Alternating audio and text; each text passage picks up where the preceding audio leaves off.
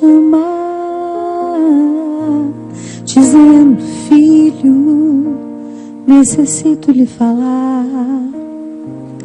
Foi difícil de entender aquele gesto inesperado, mas quando percebi, estava sendo amado. Meu coração se abriu, meus olhos se encheram-se de lágrimas, e minha boca só dizia: eu te amo, meu Jesus, com a sua piedade. Levante-me do chão e estenda-me sua mão.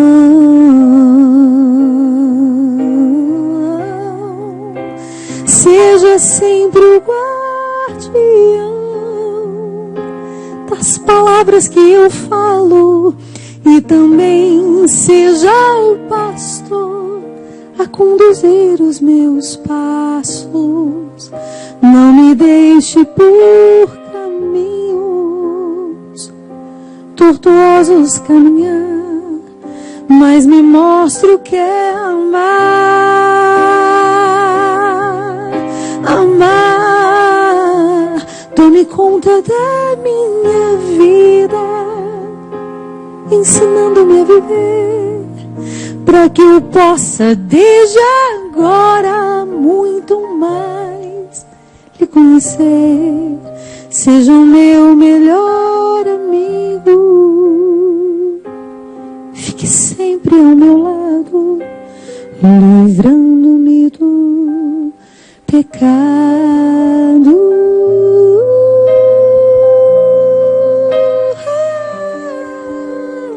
Desde então senti que já não era mais o mesmo. Aquela solidão não havia mais em mim. Os meus olhos se voltam inteiramente ao Senhor, depois que percebi como é grande o seu amor. Conhece o meu caminho, sabe onde eu ando, é o meu refúgio e a minha proteção. Está sempre me ajudando nos momentos mais difíceis, sendo a minha salvação.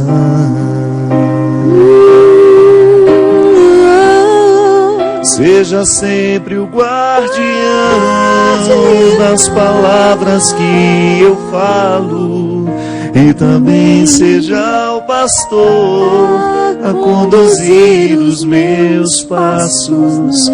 Não me deixe por caminhos tortuosos caminhar, mas me mostre o que é amar. Amar. Tome conta da minha vida, ensinando-me a viver, para que eu possa desde agora muito mais lhe conhecer. Seja o meu melhor amigo, fique sempre ao meu lado, livrando-me do pecado.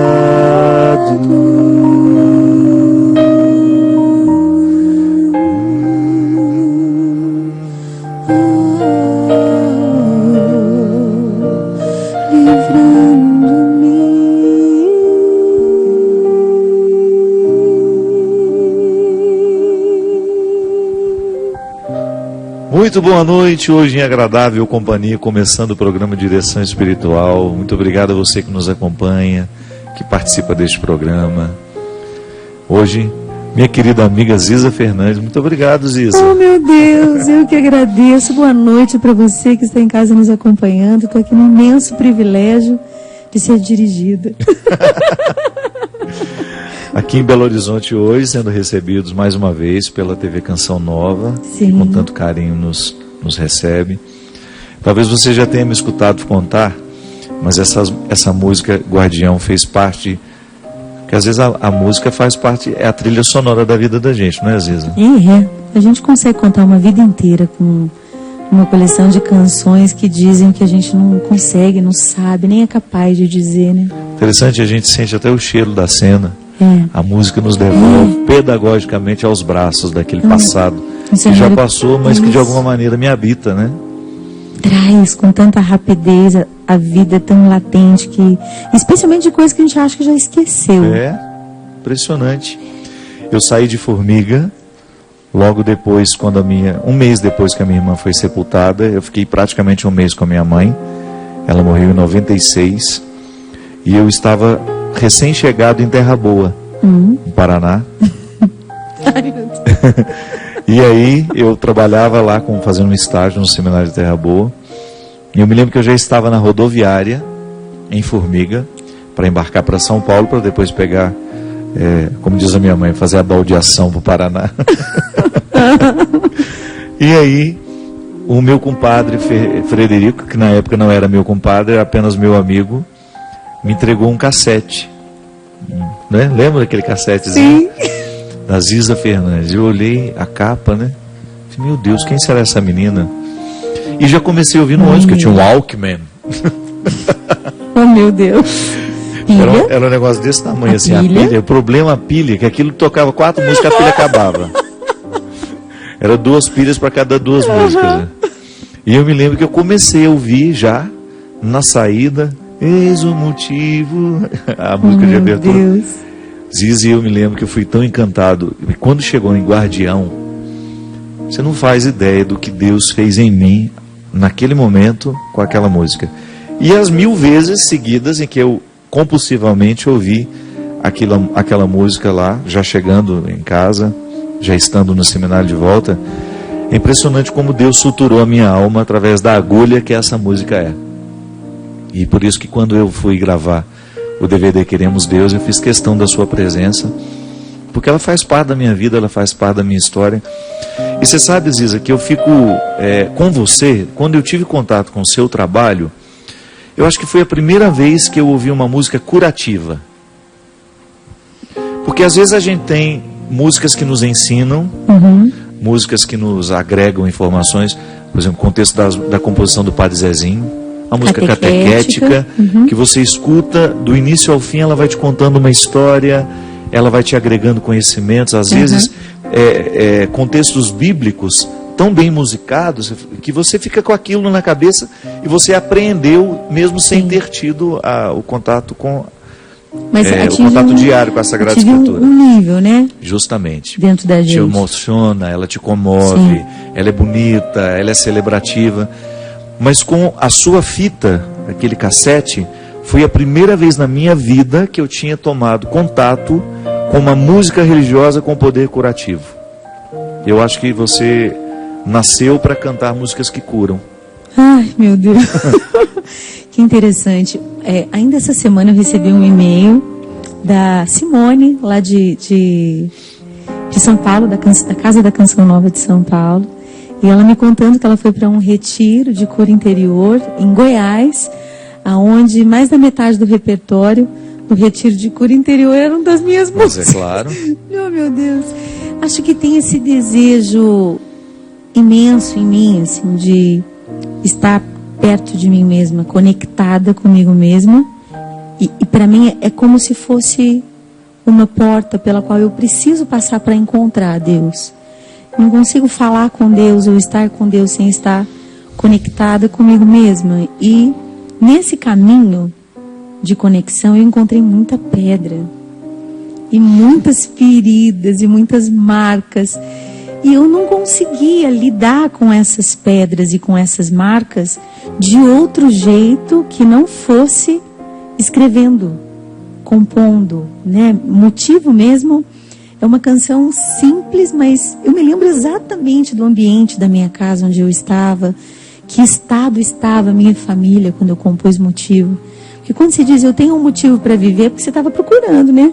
Assim, tá aqui, né? E porque a vida era dura demais, era muito árdua, e era uma menina muito nova com aquela extrema sensibilidade com a vida ao meu redor. E era o único jeito que eu encontrava de me resolver, de estar viva e me sentir em pé diante da vida. Eu nunca imaginei, quando eu comecei a compor, que quando eu comecei a escrever as minhas canções, eu só pensava ali, no acampamento da paróquia que eu fazia parte, no meu grupo de amigos com os quais eu convivia, e nós trabalhávamos nos acampamentos de formação humana, e nesses acampamentos tinham desafios que eu ficava procurando no Louvemos alguma coisa que coubesse ali naquele não momento. Achava, né? Tinha. Não existia, né? Isso aqui não é hora de falar que Jesus é o Senhor, ou que vem o Espírito Santo, que é hora de falar outra coisa. Ter coragem, dar nome, atravessar uma ponte dentro de mim mesma, e eu via que as pessoas tinham essa sede também, de conseguir falar de si, sem misturar autoconhecimento com egoísmo, com umbigocentrismo, sabe? Tanto que no começo, eu ouvi muitas críticas do meu trabalho, dizendo que ele era umbigocêntrico, que ele era voltado para mim mesma o tempo todo. Mas aos poucos, acho que as pessoas foram entendendo, e mais do que eu até, fazendo uma leitura exata da minha vocação, porque eu acho que isso é uma vocação da minha parte, assim. Eu posso dizer que eu não sei cantar de outro jeito, se não for esperando que isso aconteça. Eu me sinto muito frustrada quando as pessoas não se encontram com elas mesmas enquanto eu canto. E acho que isso foi um caminho que eu não sabia o que Deus estava fazendo mesmo. Só foi um caminho de fidelidade a mim mesma, de extrema necessidade. Porque só alguém tão ferido pode escrever o que respeito. Mexe... Respeito você não conhece. Tem a oportunidade de conhecer o primeiro CD da Aziza, que chama-se Mais Que os Pássaros, que ainda está sendo distribuído pelas Paulinas. Paulinas está no você iTunes compra pelas também. Paulinas, você compra no iTunes, uma música chamada Respeito. Eu me lembro que quando eu ouvi, no contexto do disco todo, eu pincelei algumas músicas e você falou tudo. Às vezes eu faço pregações em que eu gostaria de ter uma música para finalizar ou para intermear a minha pregação, que tratasse justamente a questão humana que o texto bíblico me sugeriu. Sim. Em que eu tivesse condições de esbarrar nos sofrimentos humanos, dando nomes. Isso. Dando nome a eles. É um caminho terapêutico, né? Justamente. E é necessário. É necessário porque quando eu faço uma pregação e eu coloco uma música que está dizendo a mesma coisa que a minha pregação, aí eu fecho a questão. Porque aí eu toquei a razão pela força do argumento, com conteúdo. O conteúdo que muda a nossa vida. Deus muda o nosso coração, é através da palavra. Sim. De uma palavra que nos agrega conhecimento, que provoca em nós a metanoia, a mudança da mentalidade, reestrutura o meu jeito de olhar para as pessoas, o meu jeito de olhar para mim. Só que depois eu preciso de sensibilidade, né? Eu preciso de alguma coisa que toque a minha alma, para que eu faça a massa fina do acabamento da casa, né? Eu fiz, tá bom, eu pus o alicerce, eu pus os tijolos, o reboco, mas depois eu preciso de um acabamento delicado. E a música corrida bem lisinha. E a música se presta a este papel. Sim. E eu falei para mim mesmo naquele momento, meu Deus, que menina corajosa. Por que você não estava falando em terceira pessoa? Ai, meu Deus. Você não estava falando em terceira pessoa. É muito mais fácil compor em terceira pessoa. Embora a linguagem acadêmica é sempre terceira pessoa. Porque eu não penso sozinho. Eu não estou chegando a essa conclusão sozinho. Eu li muita coisa. Então a linguagem... Eu me lembro que eu aprendi na faculdade que o nós é justamente a demonstração da humildade diante do conhecimento. Então escrevo sempre em terceira pessoa. Mas não, quando eu sofro... Você ter a coragem de colocar o seu eu à frente desse sofrimento e ao mesmo tempo mostrar que este sofrimento é fruto de uma fragilidade que ele habita, isso é muito corajoso, né? Acho que é extremamente ousado. Mas hoje eu acho que é um crivo construído, é um termômetro muito palpável para mim. Talvez porque eu tenha sofrido muito no caminho de buscando uma identidade e perguntando sempre: é isso mesmo? É isso mesmo? É isso mesmo? Tantos ao meu redor cantam tão diferente, cantam no nós, cantam no plural, cantam na voz do povo. E é um caminho solitário, na verdade, né? É um caminho solitário esse de... Não, e você, para você ter uma ideia, Ziza nasceu no auge da música da renovação carismática, da música de louvor. Sim. E você era cantada lá dentro. Porque na verdade ela também foi muito esperta, porque ela colocou uma música... espertíssima! Adorarei, Espírito Santo. Você viu? Que todo mundo queria o disco que tinha essa música. Na verdade, muitas pessoas... Essa música eu já tinha escutado. Sim. Muita gente cantar, mas eu não tinha escutado você cantando, você interpretando. Só que ao buscar aquela música, que já era conhecida em todo o Brasil, e era a última música, a pessoa acabava se surpreendendo com um discurso absolutamente humano e necessário para aquela época. Diz aí, eu fico pensando que o protagonismo que você exerceu naquele momento da música é o que nós precisamos exercer diariamente na evangelização. Eu tenho tanto medo de uma religião que aparte a pessoa das realidades humanas, que ofereça a ela apenas a eternidade, que ofereça a ela as preocupações com o futuro, a esperança, uma fé que nos projeta na esperança de um céu, mas que ao mesmo tempo não nos compromete com as responsabilidades do agora, que são tão urgentes, né? E as pessoais. Eu percebo que tem uma realidade interior que às vezes a gente acha que ela é coletiva, só coletiva. Mas tem uma vida interior que é regada por um esforço individual constante, diário, para eu me manter uma pessoa de princípio. Só isso já é uma atenção à minha vida interior constantemente, né? E é interessante porque essa atenção, ela nem é religiosa. Não. A religião vem depois. É mais fundo, né? Claro, se você vai em Aristóteles, um cara que viveu 600 anos antes de Cristo, você tem nele uma preocupação de conduzir o homem para o caminho das virtudes. A busca do que é belo, do que é verdadeiro, do que é bom. E aí você fica pensando, meu Deus, se os ateus, os pagãos, que não tinham nenhum comprometimento com o contexto religioso, que buscaram uma filosofia apenas para ajudar a viver, muito mais nós cristãos que nos dizemos seguidores de Jesus, a nossa urgência de buscar esses valores, arregimentar a vida a partir de uma axiologia, de um conjunto de valores que possa de fato fazer a diferença na minha vida e na do outro. Por exemplo, ter coragem de tocar os ciúmes, né? Que eu lembro que seu disco me fez pensar nisso. Meu Deus, o ciúme que eu tenho dos meus amigos, das pessoas que eu amo, é um obstáculo sim à minha vida cristã. Sim. Eu poderia até já ter escutado alguém falar isso, mas não alguém cantar. Tinha uma música no disco que me dá um dó maior, por gentileza. Que era assim, eu achava o cúmulo do atrevimento e eu pensava, ninguém vai entender isso, meu Deus do céu. Era assim: quando meu coração falar, eu sei que ele vai chorar, porque ainda dói. Sei, escondi mágoas demais, deixei doer e não fui atrás. Por isso hoje eu estou só, mas quero me levantar, quero ver restaurar o que Deus plantou. Quero ser livre disso, sim, livre até o fim, e descobrir quem sou. Eu me lembro que era uma luta para mim, e eu honrava essa luta. Sabe que quando eu comecei a prestar atenção, que passou o encantamento do disco, porque depois do encantamento vem o aprendizado, né? No primeiro momento você fica encantado, depois você começa a esmiuçar aquilo. Gente, essa menina deve ser bem difícil. Era isso que eu ia dizer. Essa menina deve ser um osso duro de roer. Eu tinha uma dificuldade imensa de dizer a verdade com ternura, de tirar a minha realidade de dentro de mim, passar por um filtro de caridade, amor e dizer para o outro sem acusar. Meu temperamento levou muito, ainda leva, mas né? Também, minha filha, você ser lapidadinha, essa né? música sua não é por acaso, não. O sofrimento que você enfrentou desde menina é cruel, é muito duro, né? A sua história é muito pesada.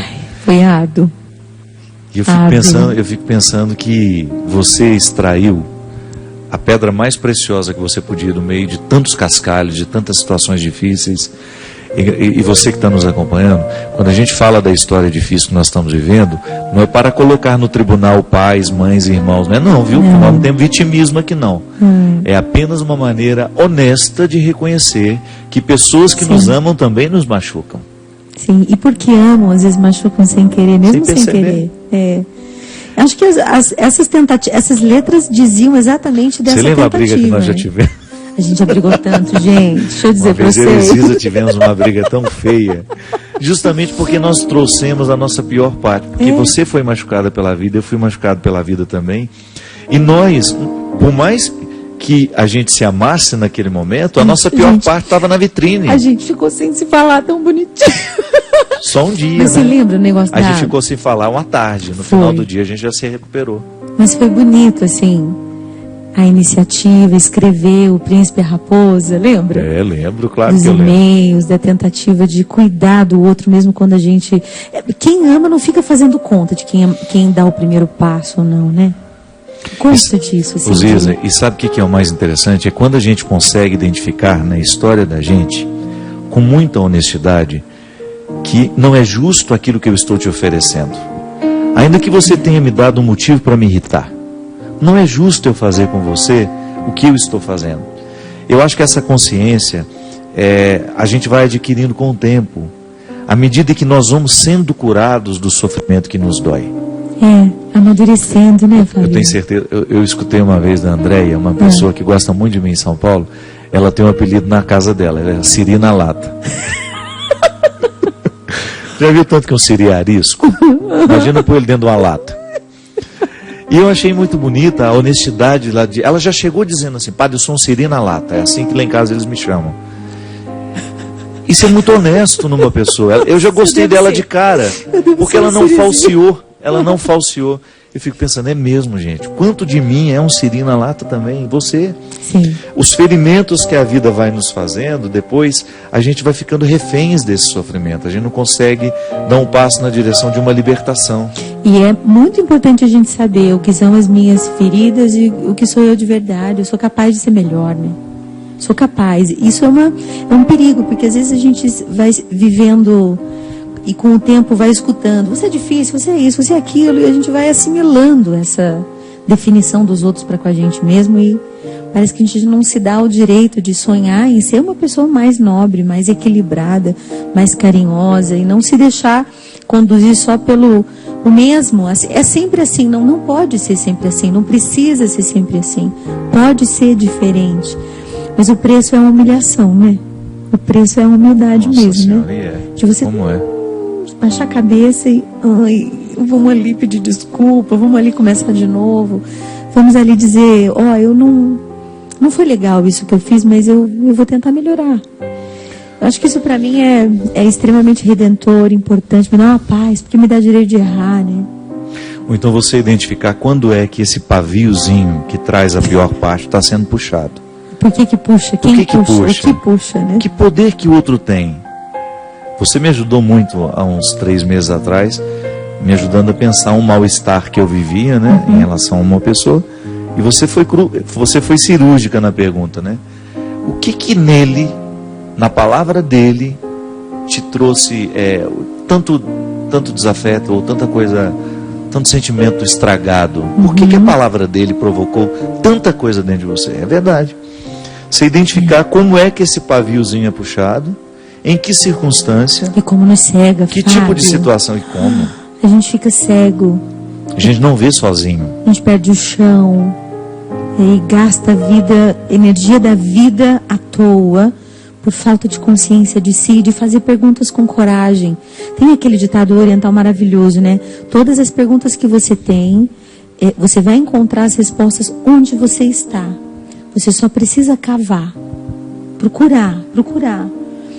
Não estabelecer dependências para que essas perguntas sejam respondidas e você fique em paz porque outros respondem para você. É solitário esse caminho, humanamente falando, mas é o Espírito quem nos guia. E eu vejo que eu preciso responder perguntas diariamente, eu preciso observar o movimento da minha alma, para onde que ela está indo, por que ela se bate às vezes e com o que ela se bate. Eu vou identificando onde eu preciso amadurecer, onde eu preciso ser mais humilde, onde eu preciso ser eu mesma, me dá tempo. Às vezes na correria da vida, ontem mesmo, hoje de manhã eu cheguei no aeroporto e observando inúmeras pessoas no aeroporto, todo mundo no celular, de cabeça baixa, assim, gastando tempo, estando sozinho, mas ao mesmo tempo desfocado, sabe? Estar sozinho é um desafio extremamente importante. E aquilo da Bíblia que eu sou apaixonada, que é quando você for rezar, entra no teu quarto e fecha a porta. O fecha a porta. Por que, Jesus? Tu podia falar tanta coisa, entra no teu quarto, abre a janela, convida alguém para entrar. Mas não, fecha a porta. Sobe a ponte do castelo, como Santa Teresa d'Ávila diz. E eu acredito realmente que estar só é um passo de cura. É preciso que a gente fique só. Mas não é uma solidão, não tenho ninguém me acompanha. Não, é opcionalmente. Eu preciso estar só. Eu preciso ouvir o que eu digo para mim mesma. E às vezes eu mesmo tampo o ouvido, porque eu não quero ouvir de mim mesma aquilo que está me incomodando. E nos incômodos da alma é que a gente descobre onde a alma está pedindo para ser alargada. Ela está pedindo para crescer, ela está pedindo para ser melhor. Ela grita, é onde... Quando eu vejo lá o Twitter do Dunga todo dia, né? Oi, Espírito Santo, bom dia. O que temos para hoje? O que vamos fazer hoje? Eu sempre fico perguntando qual é a ponta que tem que aparar hoje, né? Qual é a pedra que está pegando no meu sapato hoje? Porque é o pão de cada dia. O pão de cada dia não é só um alimento positivo que me alegra, que me sacia. Mas é qual parte de mim eu preciso lidar hoje? Eu preciso olhar corajosamente. E aí eu acho que quando acontece esse encontro do eu andava só, né? Quando ouvi, é da solidão essa canção, por isso que ela é tão bela, ela é limpa, ela é honesta, ela é genuína. E eu vejo que muitas vezes a gente dá uma escapada desses momentos da vida. E eles são cruciais, é subir a montanha. Jesus subia a montanha, ele atravessava o mar e ficava no barco lá no meio do mar, para não vir gente nem de lá nem de cá. Né? E acho que esses momentos são desafiadores, dolorosos, mas redentores. Tá boa a conversa, não tá? Nós vamos dar um minutinho aqui, a gente volta já com o programa Direção Espiritual, hoje com essa presença mais especial, Ziza Fernandes.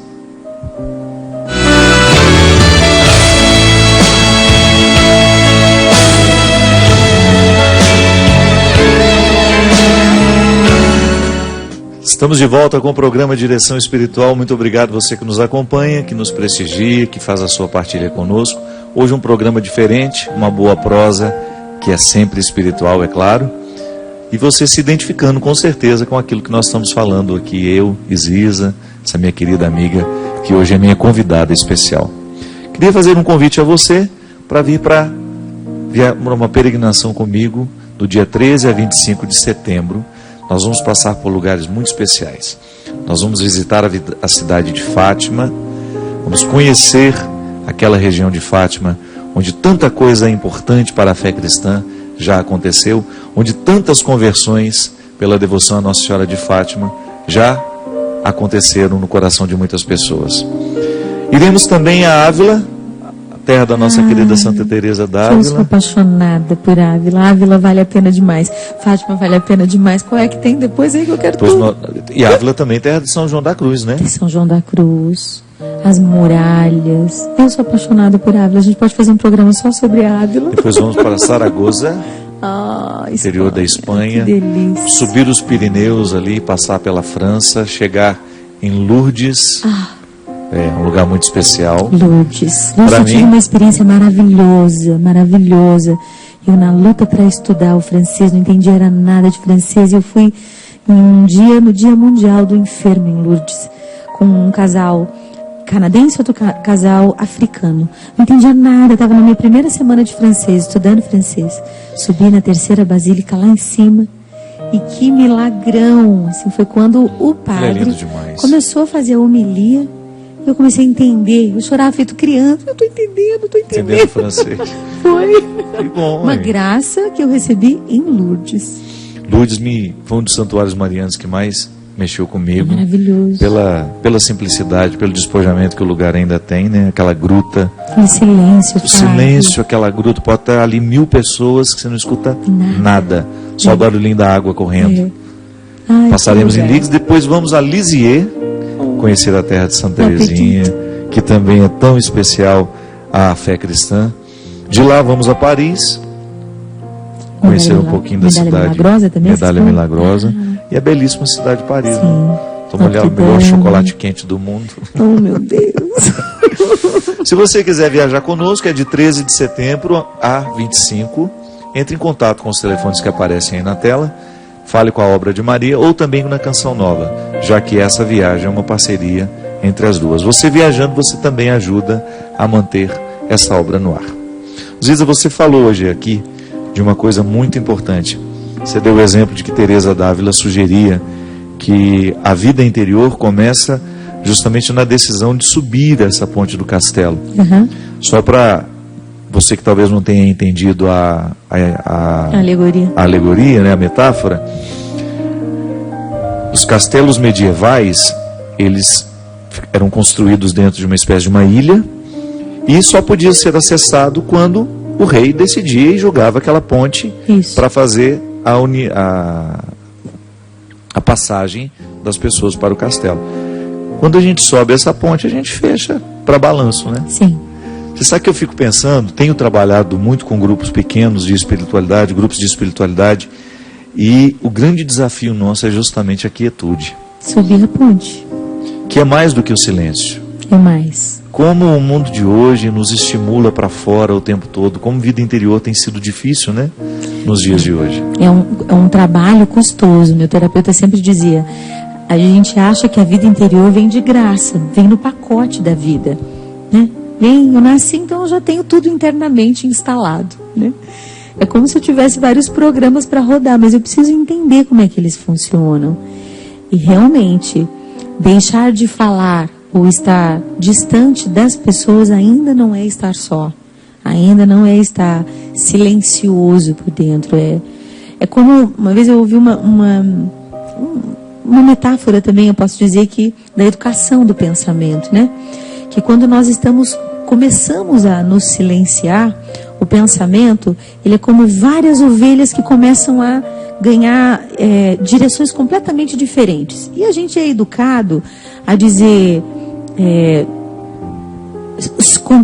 controla essas ovelhas, volta elas para cá e foca o seu pensamento.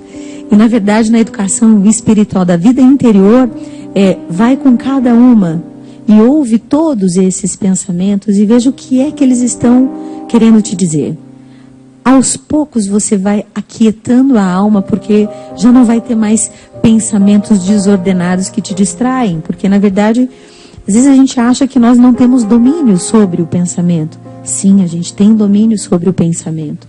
O pensamento precisa ser educado em alto nível. A gente precisa elevar o nível do pensamento com bom conteúdo. Ai, minha cabeça anda cheia de besteira. Se para a vida intelectual você precisa educar o pensamento através da concentração, a vida espiritual não é diferente, né? É que às vezes a gente reza pedindo a Deus, tira isso da minha cabeça. E aí Nosso Senhor às vezes nos proporciona um filme bom, um livro bom, uma música boa para educar e canalizar o pensamento. E a gente fica brigando numa ignorância interior de como se lida com isso. E na verdade a gente precisa viver aquela realidade de superior domina inferior, né? Então eu tenho lá meus instintos, minhas emoções, meus sentimentos que já são mais conscientes, meus pensamentos, minhas vontades, que são as decisões baseadas no meu pensamento, e aí vem o espírito. Ou posso até colocar aqui vontade e pensamento. Então, quando eu vou lidar com essas realidades interiores, eu preciso saber que isso tudo precisa ser elevado. Tudo que é instintivo em mim, no silêncio, que vem à tona, ele precisa ir sendo elevado. Eu preciso ir dando nome para instinto, emoção, trazendo sentimento, pensamento, né? Até entender, à luz de Deus, o que Ele tem a me dizer sobre aquilo. Porque senão eu me confundo e eu acho que Deus fala comigo só pelo que eu estou sentindo, estou arrepiada. Jesus falou comigo. Não, mas está com frio, entendeu? Não é nada disso. É o ar-condicionado forte. E às vezes a gente não entende que das realidades baixas, digamos, da nossa vida, das paixões da alma, elas precisam ser dominadas de cima para baixo e não de baixo para cima. Então, são exercícios mesmo. É um exercício espiritual, o levantar a ponte do castelo interior e, ok, vamos conhecer quais são esses fulanos que me habitam, né? Quem são essas coisas que me habitam? Eu tenho pensado muito nas dimensões do cristianismo. Que como eu tenho a oportunidade de viajar muito, encontrar muita gente, eu tenho um material maravilhoso para minha análise imensa, pessoal. Né? Eu me analiso muito nos outros que eu vejo. E eu fico pensando que há cristianismos e há cristianismos. Às vezes eu encontro pessoas absolutamente à margem da experiência cristã, ainda pautada nas obrigações, sufocadas pelas obrigações que por acaso existem dentro do cristianismo. Né? E às vezes eu encontro algumas pessoas tão livres, mas tão livres, que já encontraram, me parece que o que há de mais profundo do cristianismo. Você falou dessas etapas que a gente precisa mergulhar para chegar ao que há de mais indomável em nós. E o cristianismo é um movimento justamente que passa por essa conquista do que é indomável, para depois você viver a liberdade de ser quem você é. Porque só quem se possui se oferece. Só o livre, de fato, mas pode é um exercício, experimentar isso. Essa liberdade talvez seja o que mais me encanta na vida, porque às vezes eu me vejo prisioneira de sentimentos tão infantis. Ciúme, a comparação, a inveja, aquelas coisas que a gente disfarça. Isso não existe na música, não existe. Na música católica não existe isso, não existe. Oh, meu Deus! Nós estamos privados desse pecado, né? Ah, Deus, quisera Deus um dia. Brincadeira, eu falo isso porque é tão bom quando a gente encontra os colegas, os amigos de missão, né? Eu que tenho tão pouco ainda dentro da música, mas quando eu encontro vocês que já estão que a Ziza é muito mais velha do que eu. Gente, mentira! Brincadeira. Que absurdo. Ela é mais nova do que eu, mas ela é mais velha de estrada. Ok, melhorou. Às vezes é muito mais experiente. E eu fico percebendo, Ziza, que às vezes nós ainda estamos tão distantes da proposta cristã, dessa fraternidade, justamente porque não somos livres. Você falou tudo. Verdadeira, né? Às vezes a gente experimenta sentimentos tão mesquinhos diante do sucesso do outro, diante da beleza que o outro provoca, diante da arte que o outro... Dói, né? Que coisa estranha isso, não é? É imaturidade, na verdade. Na verdade, acho que essa falta... Não adianta, para a gente se alegrar com o outro, a gente precisa estar livre e feliz com o que a gente está vivendo. Senão você fica invejando o jardim do vizinho, né? Inevitável. Inevitável. E se alegrar com o outro é bom, só porque é leve. Só acontece se for verdadeiro. E a gente dá na cara, né? Vê na cara. Ainda hoje eu estava escrevendo um provérbio do dia, falando sobre o adular. Que às vezes não tem aquela sensação, não é tão vergonhoso, maximamente vergonhoso, quando a gente se dá conta, exatamente na situação, quando você está adulando alguém e você não está falando com a pessoa, você está mendigando uma coisa dela por interesse. E no fundo, o encontro com a gente mesmo é a única possibilidade de desnudar aquela intenção torta. E a gente não se dá conta que a gente é prisioneiro das invejinhas, dos desejos. E se a gente não vive uma humilhação de dar nome para isso, vai acontecer sempre, mas mais polidamente. Sempre vai ter uma desculpa. Mas imagina, tinha que tratar assim o fulano, e o ciclano, e o beltrano. Eu fico pensando em Jesus, né? Quando chegou o chicote no templo, né? Livre. Não que a gente tenha que chicotear ninguém, mas com a gente mesmo. A gente tem que chegar forte nessas coisas dentro da gente. E se dá o direito de não gostar, Fábio. A gente tem o direito de não gostar. Gostar é uma coisa, amar é outra. Eu posso me simpatizar com você profundamente. A gente tem uma conexão deliciosa. Mas eu não sou obrigada a te amar, porque eu não escolhi te amar. Amar é uma escolha. E às vezes no nosso dia a dia a gente não sabe essa diferença e nem se dá o direito de não gostar de alguém. Assim, se o fulano está lá quase morrendo e precisa da minha ajuda, eu vou lá, eu sou cristã, eu sirvo ao Cristo. Mas eu não preciso comer pipoca para o cinema com a pessoa. Claro, você tem um limite que você pode estabelecer, né? Para carinho. O amor comporta o respeito, é isso que você está dizendo. Isso. Eu não vou te prejudicar, eu não vou te boicotar, mas por outro lado eu também não tenho a obrigação de conviver, de estabelecer esse vínculo diário, de trocar o telefone, né? E às vezes as pessoas confundem muito, elas são muito... É uma imaturidade mesmo na compreensão do cristianismo. Nossa, quantas vezes já sofri por essas imaturidades, já fui imatura tanto, oh meu Deus, tanto, que hoje já me é mais fácil compreender quando alguém é imaturo comigo. Esses dias eu estava numa cidade, uma pessoa falou assim: você pode me dar seu celular? Eu respondi com a mesma ternura: não. A pessoa ficou completamente constrangida. Me dá o seu número para te mandar uma foto. Né? Você pode me dar seu WhatsApp? É assim mesmo. E é engraçado, o não tem a mesma qualidade do sim. Você pode dizer com carinho: não, ele é pessoal. Com jeito, né? Mas em outros tempos eu era muito mais ácida, muito mais dura, seca. No primeiro momento, num outro momento você ficava irritado com o pedido, né? Irritadíssima. Agora não, você não se irrita e fala não, pronto. Com ternura, amando Mas eu acho que é o tempo. O tempo é maravilhoso e ele é pai da verdade em tudo, mostra tudo. Nada disfarçado dura, né? O tempo mostra os nossos excessos, né? Ele desmente as nossas mentiras, ele é danado. Você que nos acompanha em casa talvez esteja se identificando um pouco com essa conversa, porque também você, nas instâncias da sua vida, se sente também muitas vezes prisioneiro dos seus sentimentos mesquinhos, daquilo que há de mais primitivo em você. Essa oportunidade que a gente tem aqui de lembrar, de recordar que o cristianismo é o convite diário de nós acessarmos essas dimensões primitivas da nossa alma, do nosso comportamento, da nossa psique, dê o nome que você quiser. Sim. O fato é que todos nós temos regiões primitivas, e sabe que às vezes eu fico assustado de ver como nós somos, como a gente ressuscita o espírito tribal. Como assim? Que era uma coisa horrorosa, isso é dos primórdios da humanidade, né? Se eu era um primata, e eu descubro que ali tem uma tribo diferente da minha, eu quero matar. Porque eu tenho medo do perigo que ela oferece para mim. Depois, à medida que a gente foi ficando civilizado, você descobre que você não precisa matar o outro. Que pode ser uma civilização, uma vizinhança civilizada, amistosa, é o que você está dizendo. Sim. Não precisa ficar indo lá visitar a cidade deles. Mas deixe que eles vivam a vida deles lá e feliz. Às vezes nós resgatamos o instinto tribal para poder nos justificar dos medos que a gente sente, das inseguranças que a gente carrega. Dá vergonha de admitir: eu sou ciumenta, eu sou insegura às vezes, eu tenho medo às vezes. A gente tem vergonha de dizer pra gente mesmo quem a gente é. Eu, de verdade, acredito e experimento muito que a misericórdia de Deus é um espaço maravilhoso para viver.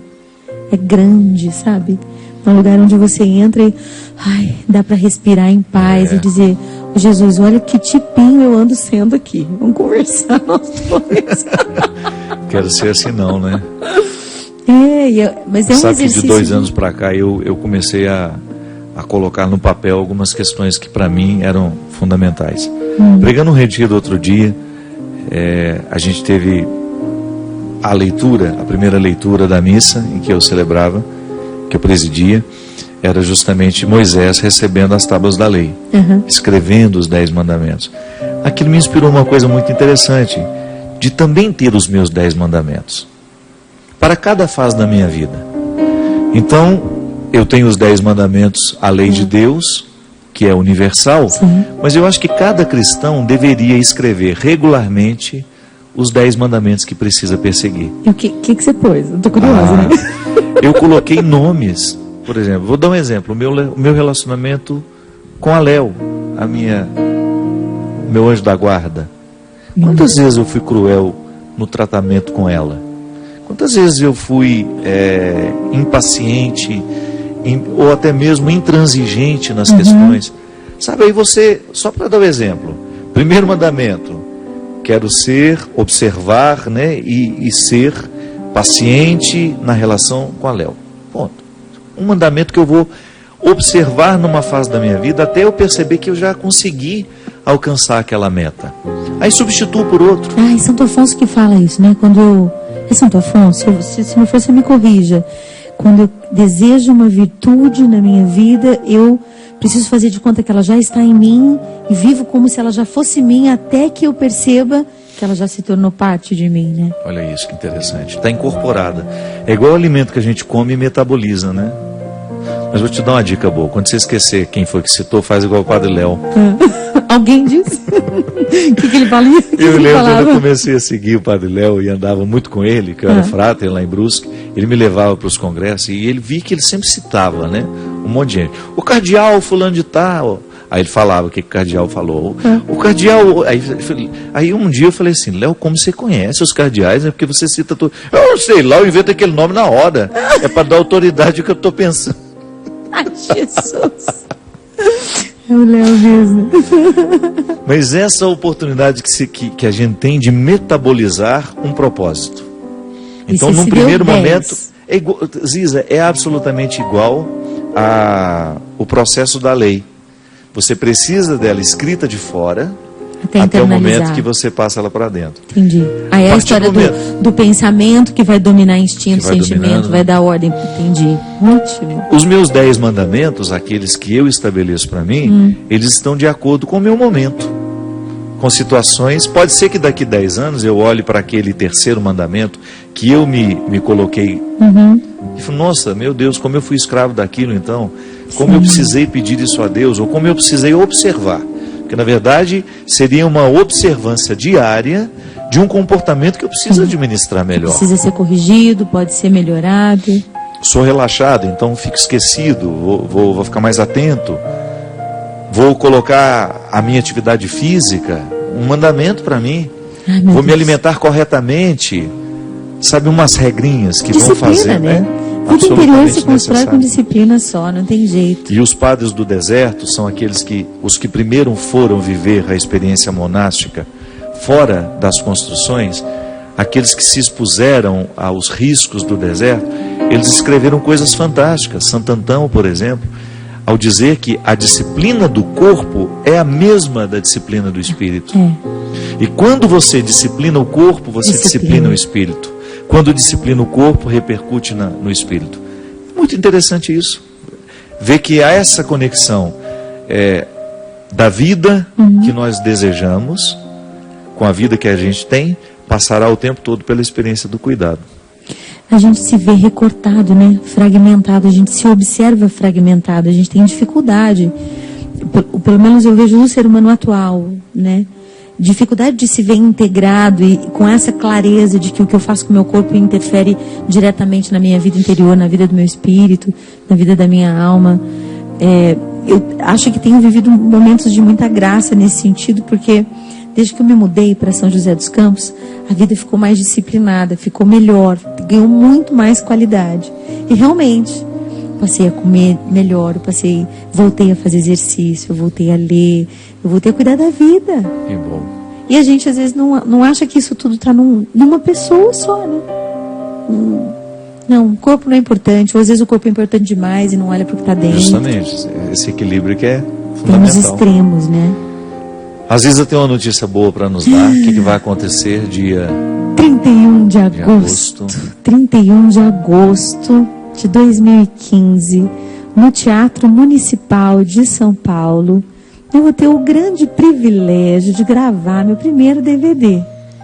Que é mais esperado do que...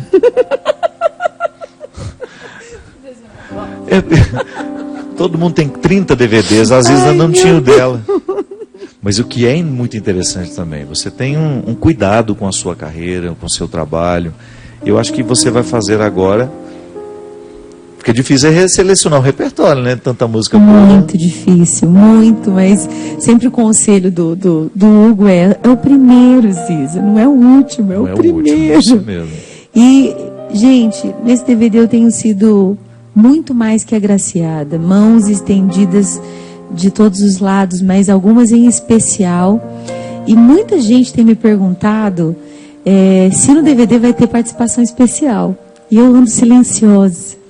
Olhar, assim, de de mulher egípcia. Isso, mas hoje eu tenho muita alegria em contar para você que está em casa e para todo mundo que está aqui também, que eu sim terei uma participação especial no meu DVD. Não podia ser outra pessoa, né, Padre Fábio de Mello? O dedinho bem humilde assim.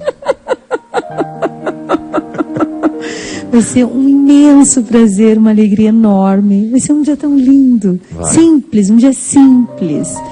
Mas Deus deu esse imenso presente que é o Teatro Municipal, um presente da Casa da Comunidade de São Paulo, na pessoa do Padre Adriano Zandoná, que foi maravilhoso. Aproveito e mando um beijo para ele, para a Xanda, para a Simone, para todo mundo. E tive outros presentes também, uma ajuda mesmo direta. E eu quero agradecer mesmo tendo você comigo no palco, porque você foi o cara que me ajudou muito. Você Eu sabe. agradeço. Não posso contar, né, gente? Mas Eu que agradeço, Cisa. Para mim vai ser uma alegria, um prazer espiritual, de verdade. Por acreditar no seu trabalho e poder, de alguma forma, testemunhar que você me faz mais padre, que você me fez mais gente, com a sua música, com o seu carisma. Obrigado, Nossa, viu? amado, eu que agradeço. Obrigada. Volte sempre, o programa é seu. Voltarei. Obrigado, Wagner, nosso pianista ali, nos ajudando Deu certo, a viu? dizer que Deus é guardião. Que Deus abençoe você, sua família. Até a semana que vem, se Deus quiser. Obrigado. Seja sempre o guardião Nas palavras que eu falo, e também seja o pastor. a conduzir os meus passos. Não me deixe por caminho Tortuosos caminhar, mas me mostre o que é amar.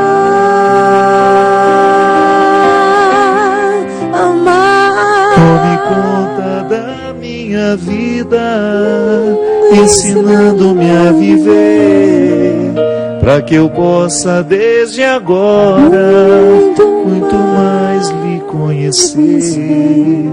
Seja o meu melhor amigo, fique sempre ao meu lado, livrando-me do pecado.